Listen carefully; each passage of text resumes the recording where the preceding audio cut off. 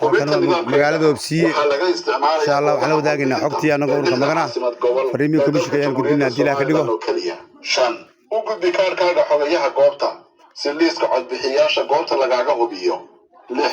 saxeex liiska codbixiyaasha adigoo isticmaalaya suulkaaga bidix toddoba gudoomiyaha goobta ka qaada labada warqadood ee codbixinta muwaadin iska hubi in lagu siiyo laba warqadood mid aad ugu codeynayso murashaxiinta madaxweyne iyo madaxweyne ku-xigeen iyo mid aad ugu codeynayso xisbiyada qaranka warqadaha waa inaanay wax hore ku qornayn jeexnayn isla markaana ay leeyihiin shaabadii goobta si codkaagu sax u noqdo sideed kaarkaaga codbixinta u gudbi khadeeyaha goobta si aad u codayso sagaal kadib gal ila xilka codbixinta oo calaamadii waraaqaha codbixinta adiga oo murashaxa iyo xisbiga ama ururka aad rabto hortiisa ku calaamadinaya isku tallaabta haddii aad caawin u baahan tahay waxaa ku caawinaya gudoomiyaha goobta ama qofkii kale ee aad ku kalsoon tahay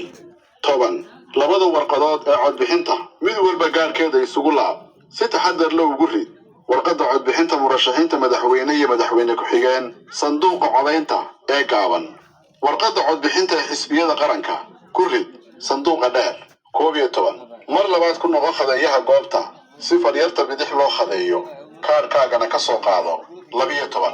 fadlan hore u sii qaada kaarkaaga codbixinta si nidaamsanna goobta uga bax waa magaalada Obsiye insha Allah waxaan siinaa khayr badan